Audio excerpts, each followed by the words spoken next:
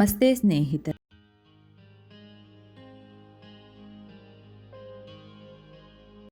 ಒಂದು ಕ್ಷಣದ ಕೋಪ ಮತ್ತು ಒಂದು ಕ್ಷಣದಲ್ಲಿನ ತಾಳ್ಮೆಯು ನಿಮಗೆ ಸಾವಿರಾರು ಕ್ಷಣಗಳ ವಿಷಾದವನ್ನು ತಪ್ಪಿಸುತ್ತದೆ.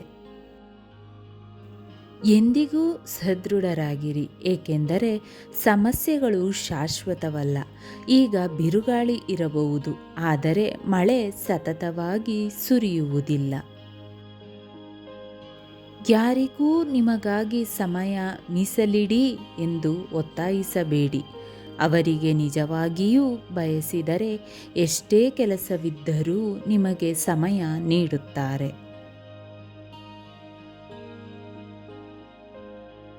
ಉತ್ತಮ ಸ್ನೇಹಿತರ ಹೊರತಾಗಿ ನಿಮ್ಮ ಜೀವನದಲ್ಲಿ ಏನೂ ಇಲ್ಲ ಎಂದಾದರೂ ನೀವು ಶ್ರೀಮಂತರೇ.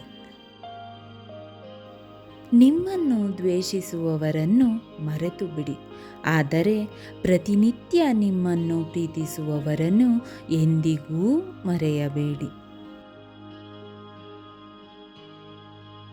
ಬದುಕು ತುಂಬ ಚಿಕ್ಕದು, ಆದ್ದರಿಂದ ನಿಮ್ಮನ್ನು ಸದಾ ಸಂತೋಷಪಡಿಸುವವರು ಹಾಗೂ ಪ್ರೀತಿಸುವವರ ಜೊತೆ ಸಮಯ ಕಳೆಯಿರಿ.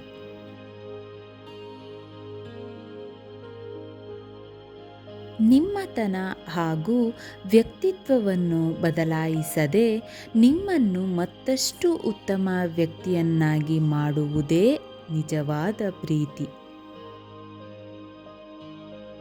ನಿಜವಾದ ಪ್ರೀತಿ ಹುಟ್ಟುವುದೇ ಒಬ್ಬರನ್ನೊಬ್ಬರು ಅರ್ಥೈಸಿಕೊಳ್ಳುವ ಮೂಲಕ.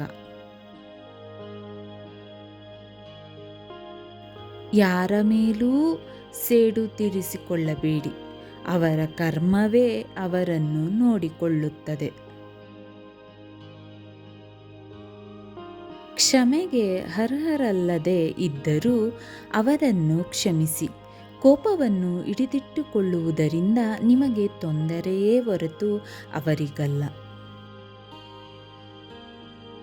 ನೀವು ಮಾತನಾಡುವ ಮೊದಲು ಈ 3 ವಿಷಯಗಳ ಬಗ್ಗೆ ಗಮನವಿರಲಿ. ಇದು ನಿಜವೇ? ಇದು ಅಗತ್ಯವೇ? ಇದು ಸರಿಯಾದ ರೀತಿಯೇ?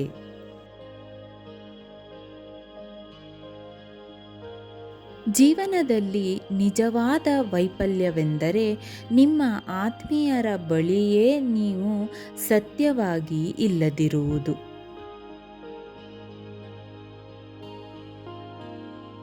ಪ್ರತಿಯೊಂದು ಆರಂಭಕ್ಕೂ ಒಂದು ಅಂತ್ಯ ಇದ್ದೇ ಇರುತ್ತದೆ.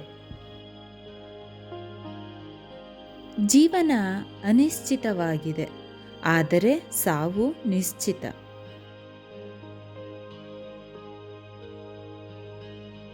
ಮಾಡಬೇಕಿರುವುದನ್ನು ಉತ್ಸಾಹ ಸಂತೋಷದಿಂದ ಇಂದೇ ಮಾಡಿಬಿಡಿ. ಯಾರಿಗೆ ಗೊತ್ತು, ನಾಳೆಯೇ ಸಾವು ಬರಬಹುದು. ಪ್ರತಿಯೊಂದು ಕ್ಷಣವನ್ನು ಸಂಪೂರ್ಣವಾಗಿ ಜೀವಿಸಿ. ಅದು ನಿಮ್ಮ ಜೀವನದ ಕೊನೆಯ ಕ್ಷಣವಾದರೂ ಸರಿಯೇ. ಸಾವು ಸಹ ನಾವು ಮಾಡಿರುವ ಉತ್ತಮ ಕಾರ್ಯಗಳನ್ನು ಅಳಿಸಿ ಹಾಕಲು ಸಾಧ್ಯವಿಲ್ಲ.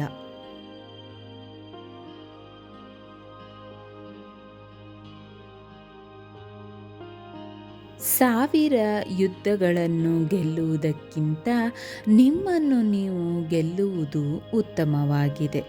ಇದು ನಿಜವಾದ ವಿಜಯವಾಗಿದೆ. ಇದನ್ನು ನಿಮ್ಮಿಂದ ಕಿತ್ತುಕೊಳ್ಳಲು ಯಾರಿಗೂ ಸಾಧ್ಯವಿಲ್ಲ.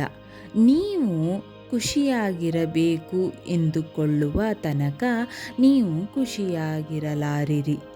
ದುಃಖ ನಿಮ್ಮನ್ನು ಹಿಡಿದಿಟ್ಟಿಲ್ಲ, ನೀವು ದುಃಖವನ್ನೂ ಹಿಡಿದಿಟ್ಟುಕೊಂಡಿರುವಿರಿ.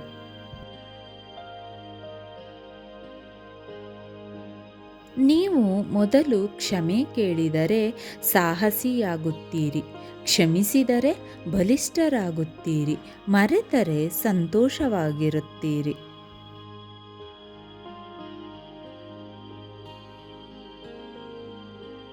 ತನಗೂ ಒಂದು ದಿನ ಸಾವಿದೆ ಎಂದು ಅರಿತವನು ಇನ್ನೊಬ್ಬರಿಗೆ ಎಂದೂ ತೊಂದರೆ ಕೊಡುವುದಿಲ್ಲ.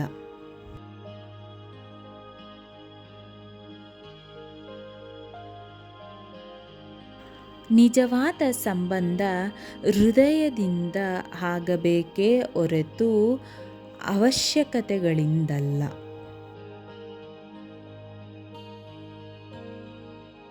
ಸೋಲು ಹೇಡಿಗಳನ್ನು ಹಿಮ್ಮೆಟ್ಟಿಸುತ್ತದೆ, ಶೂರರನ್ನು ಪ್ರೋತ್ಸಾಹಿಸುತ್ತದೆ.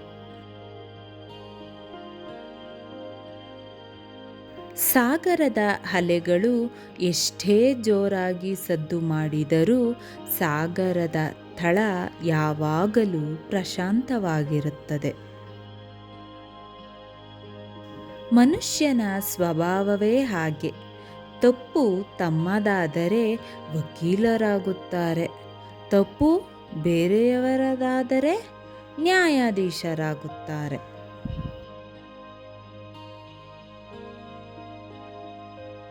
ಯಾರು ಅಸಂತುಷ್ಟಿಯಿಂದ ಮುಕ್ತರಾಗುತ್ತಾರೋ ಅವರಿಗೆ ಜೀವನದಲ್ಲಿ ಶಾಂತಿ, ನೆಮ್ಮದಿ ದೊರೆಯಲಿದೆ.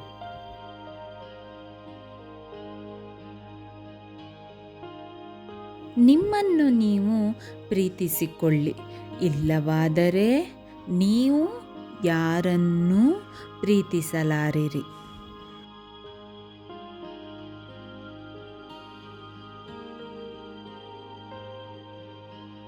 ಒಂಟಿಯಾಗಿದ್ದಾಗ ನಿಮ್ಮ ಯೋಚನೆಗಳ ಮೇಲೆ ಹಿಡಿತ ಸಾಧಿಸಿ, ಗುಂಪಿನಲ್ಲಿದ್ದಾಗ ನಿಮ್ಮ ಮಾತುಗಳ ಮೇಲೆ ಹಿಡಿತ ಸಾಧಿಸಿ.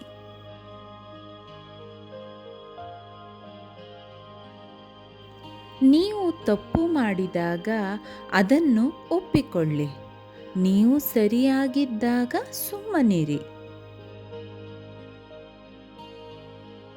ಅತಿಯಾದ ಯೋಚನೆಯಿಂದ ಏನೂ ಆಗುವುದಿಲ್ಲ, ಬದಲಾಗಿ ಅದು ನಿಮ್ಮ ಸಂತೋಷವನ್ನು ಸಾಯಿಸುತ್ತದೆ.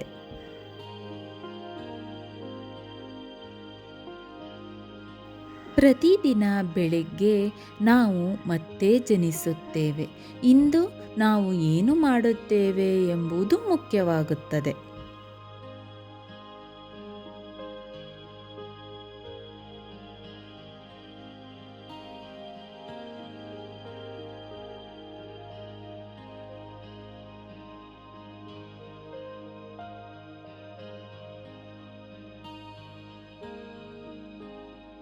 ಸ್ನೇಹಿತರೆ, ಈ ವಿಡಿಯೋ ಇಷ್ಟವಾದಲ್ಲಿ ಲೈಕ್, ಶೇರ್ ಅಂಡ್ ಕಮೆಂಟ್ ಮಾಡಿ. ಮುಂದಿನ ವಿಡಿಯೋಸ್ಗಳಿಗಾಗಿ ಚಾನಲ್ ಅನ್ನು ಸಬ್ಸ್ಕ್ರೈಬ್ ಮಾಡಿ. ಧನ್ಯವಾದಗಳು.